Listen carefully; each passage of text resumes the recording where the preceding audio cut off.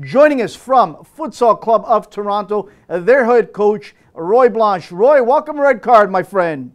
How's it going, Anthony? Thanks for having me tonight. Pleasure's all mine, Roy. Let's get right into it. Let's talk about you, Roy, first and foremost. Why did you decide to give so much of your energy, your passion, and your desire to this sport of futsal? And when did it start that you really wanted to make a difference in this game? Well, I guess futsal has given me so much in my career that I had to do something coming back home when I was working abroad.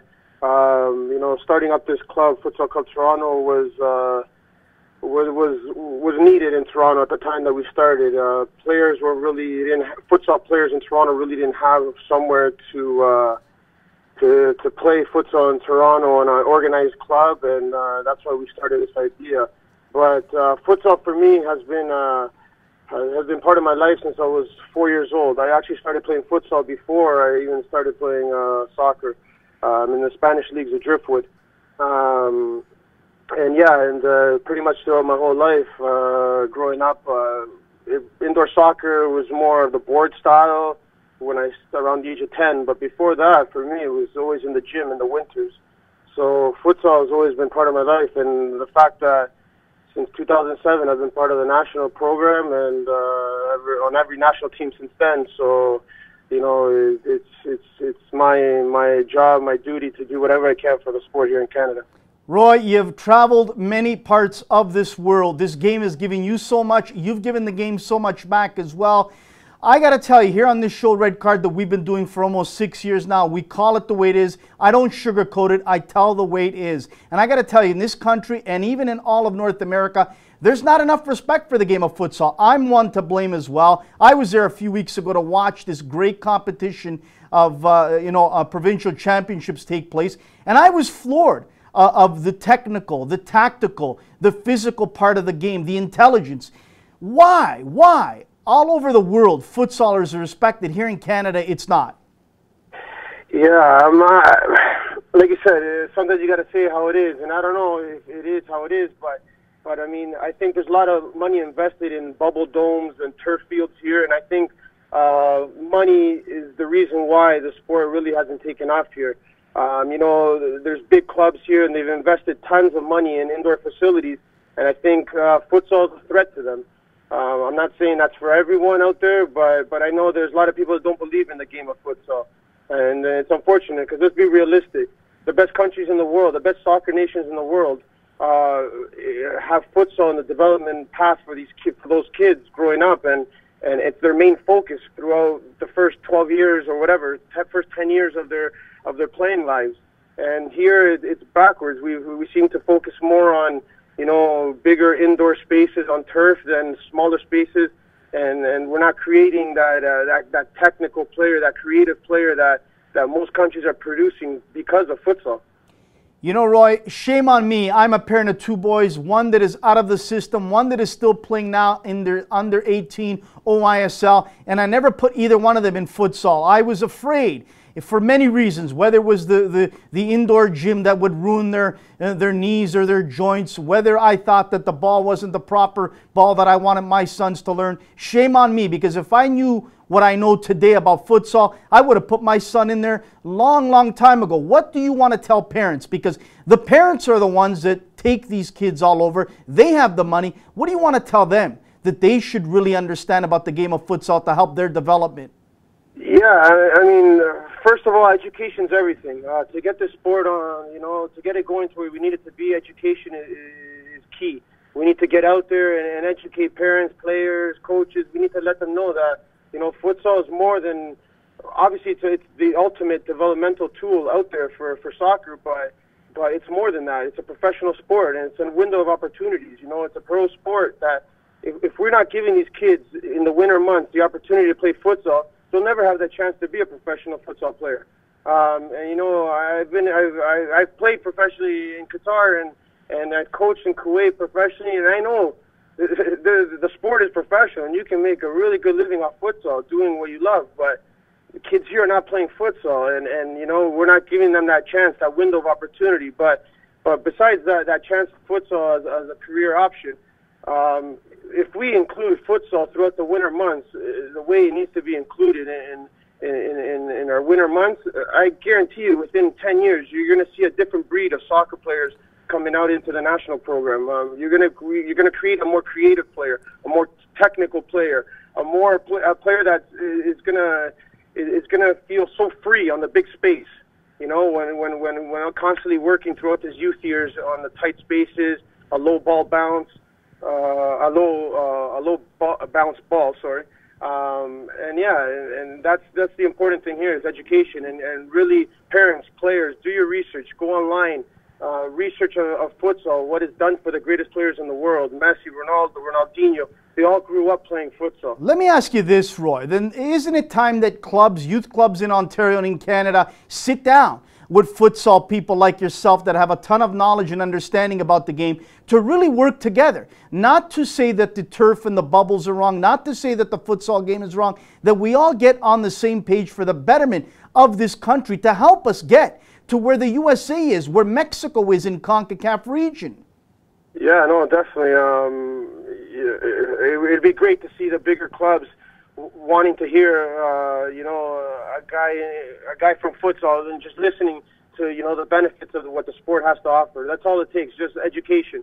Education is everything, and if the big clubs, really take futsal seriously. Not only it's going to be a lot cheaper because a gym is a lot cheaper than renting an indoor facility, but you're also going to create a different breed of a player, a different player, more technical player. And it's just because of the ball and the whole environment of futsal brings, it's just going to create a smarter player. Roy, let's talk about your time. You mentioned you've been to some wonderful countries, Kuwait, Qatar, South America, and they take the sport very, very seriously. You can make a pretty dollar at it. Let's talk about the coaching now. We've talked a lot about the players. Now you're in the coaching business here with the Futsal Club of Toronto. How important is it that we start to develop, groom, and help out young guys that want to coach in futsal? Yeah, definitely. That's something that we're lacking here in Canada is coaches, right? And once again, it falls back on education, creating more coaching courses, getting players that are actually futsal players, getting them to start learning coaching things, and taking courses and start preparing the coaches for the future. Futsal is a different game. You can't treat it in a gym like soccer. There's a lot of different things, it's a unique sport in itself, and education is everything. Like I'm big on the education part. That courses, education, and all that. It's very important for the sport to grow here. Let me ask you this, Roy. It's a question I got to ask you. Then, what are you doing back in Canada if you can make a good living back in the Middle East or in South America at the game that you love and that you could really provide for your family? Why are you back here then? For two reasons. My contract with the Kuwait national team is on hold until August. I was out there for about 5 months, and then after I'm back here. So they're saying about August. But more importantly, the time that I am here, I need to do everything I can to not only grow Futsal Club Toronto, but to grow the sport and try to get Canada into a World Cup.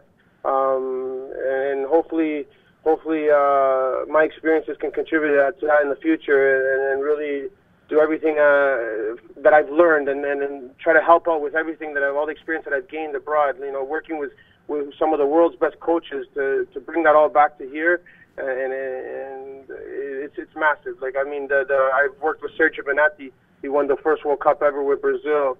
Luis Fonseca, one of the best coaches in Spain. And Rubio Guerra. There's 3 coaches that I've worked with. I was their technical staff, and the knowledge that these guys have, they're amongst the best. And for me, I'm blessed to have had the opportunity to sit on the same bench with them and learn off them. And now that everything I've learned off them, I'm bringing it back to the kids here and to the senior players here.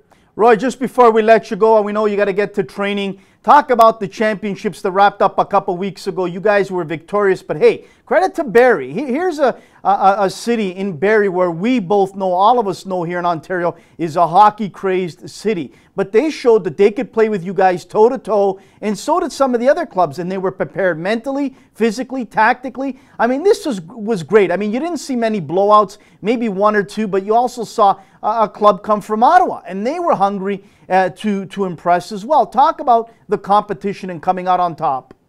Yeah, no, it was good to see that 5 leagues, sorry, 6 leagues, no, 5 leagues, sorry, came together from Ontario, the champions of the different leagues. Actually, sorry, it was 4 leagues. I apologize. It was great to see them come together, and and the competition was great. There was a difference, though. The Toronto Futsal League, they don't play full FIFA standards. So unfortunately, the players are not getting that full 40 minutes, which really is 90 minutes when they do the stop clock. And Peel Halton has stepped up this year, Peel Halton Soccer Association, and launched the first season of the Peel Halton Futsal League. And they made it full FIFA standards, 4 referees, stop clock, official dimensions. That's player development. That's giving the players and the referees the chance to play the game how it's really supposed to be played. So that's why I think Barrie and Futsal Cup Toronto ended up in the finals, because when OSA launched its championship, it was a stop clock championship, and the teams that did play in the Peel Halton League were better prepared for this kind of game, the stop clock, and it's really 90-minute game. So. Outstanding. Listen, Roy, we're going to let you go. We really appreciate your time tonight. But as we let you go, Roy, where can people follow you on Twitter? And where can they get more information about your club if they're interested in joining, or maybe they just want to come out and watch some action? Yeah, for sure. You can catch me on Twitter, Instagram, Facebook, and also Futsal Cup Toronto. We're on there on Twitter, Instagram, and Facebook, and LinkedIn. And yeah, please just catch us there. www.futsalcuptoronto.com is our website, so please feel free. And we try to not just inform the community about what's going on with the club, but with what else is going on in futsal in Canada.